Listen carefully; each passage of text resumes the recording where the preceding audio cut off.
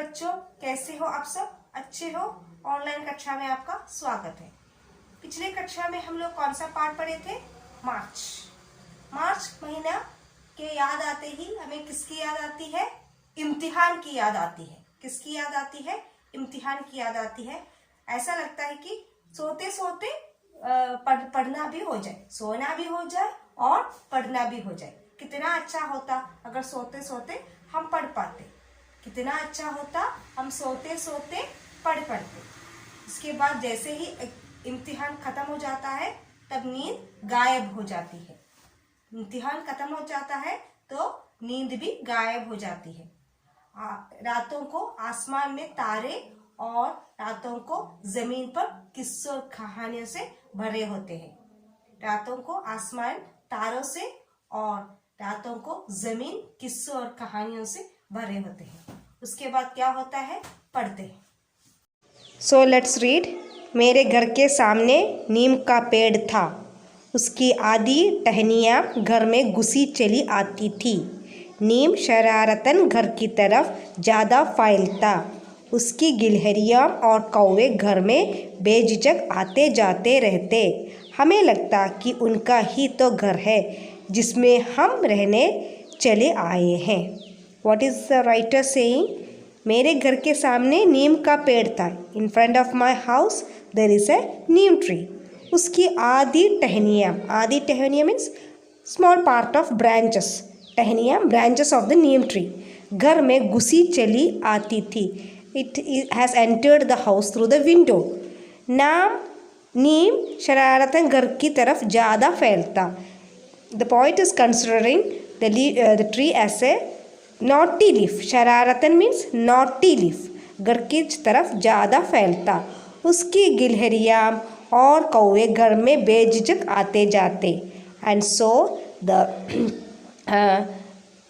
गिलहरियाँ means squirrel and कौवे means crow. It enters the house without any hesitation. बेझिझक means without any hesitation. They have entered the house. हमें लगता ये उनका ही घर है जिसमें हम रहते हैं. We feel that it is their house and we are living in their house.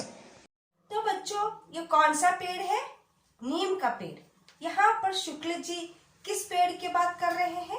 नीम के पेड़ की बात कर रहे हैं. नीम का पेड़. नीम के पेड़ की टहनियाँ. नीम के पेड़ की टहनियाँ. टहनियाँ मतलब क्या है? Branches of Neem tree. Small branches of Neem tree. कहाँ आ रहे हैं? कहाँ आ रहे हैं? घर के अंदर आ रहे हैं. घर के अंदर आ रहे हैं. घर के अंदर नीम के पेड़ की टहनियाँ आ रहे हैं.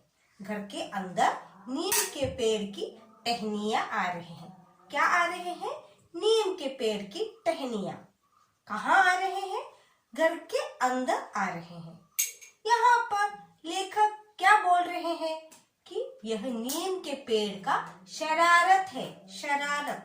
Naughtiness of the Neem tree. शरारत मतलब क्या है? Naughtiness. Naughtiness of the Neem tree बोल रहे हैं.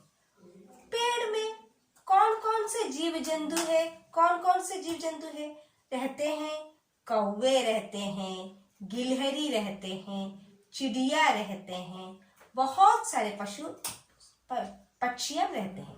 बहुत सारे पक्षियां रहते हैं, है ना. मकड़ी भी रहते हैं. मकड़ी मतलब स्पाइडर. तो ये सब उनका वासस्थल है. यहाँ पर देखो, गिलहरी और कौवे ये कहाँ आ रहे हैं?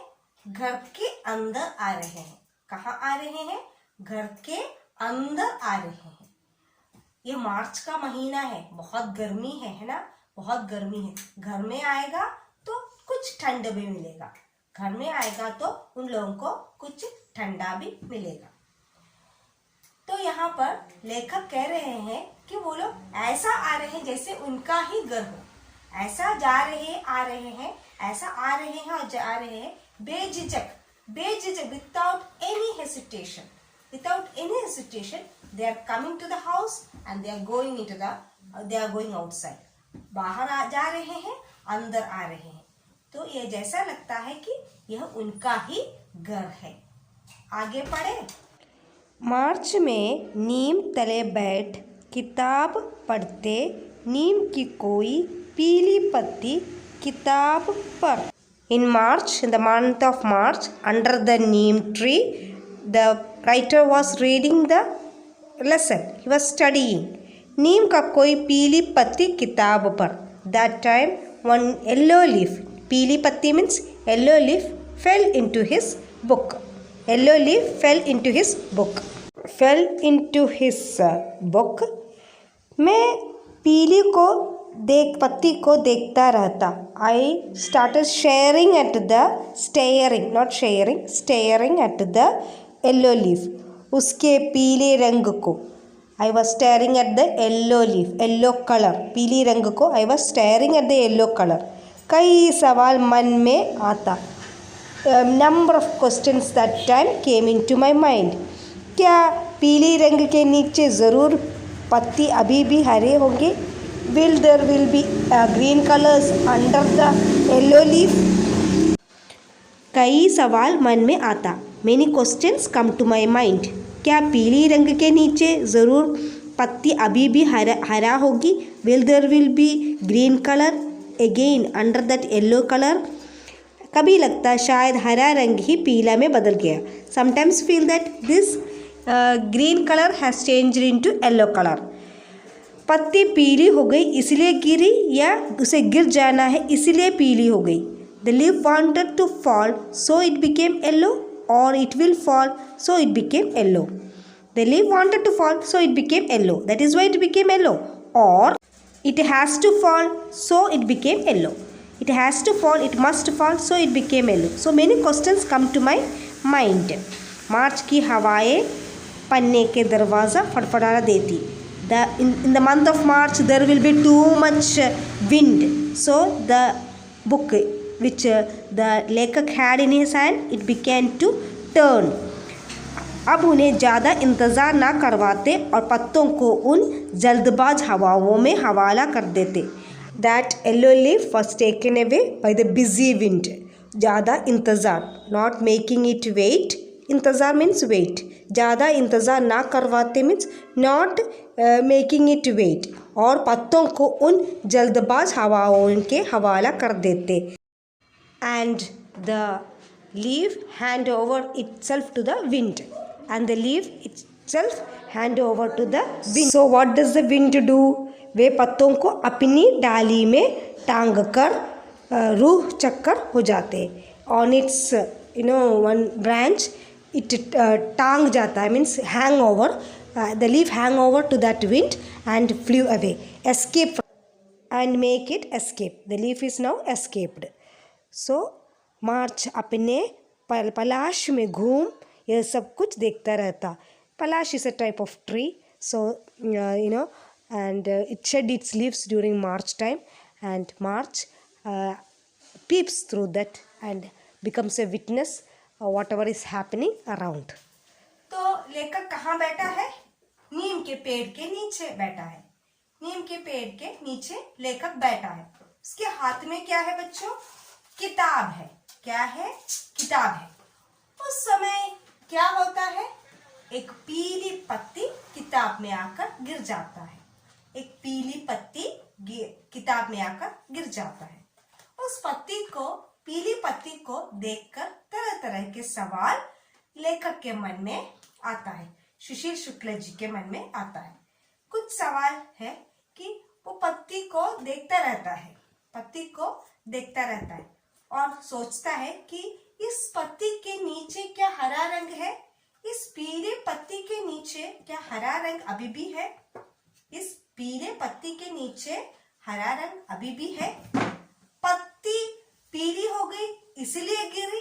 पत्ती पीली हो गई इसलिए गिरी या गिरने के लिए पीली हो गई? या गिरने के लिए पीली हो गई?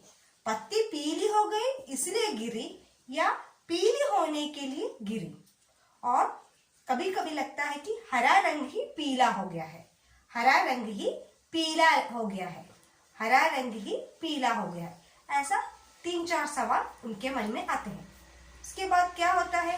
तेजी से हवा आता है. क्या आता है? तेजी से हवा आता है. वो हवा क्या करता है? उस पत्ती को, उस पीले पत्ती को उड़ा ले जाता है।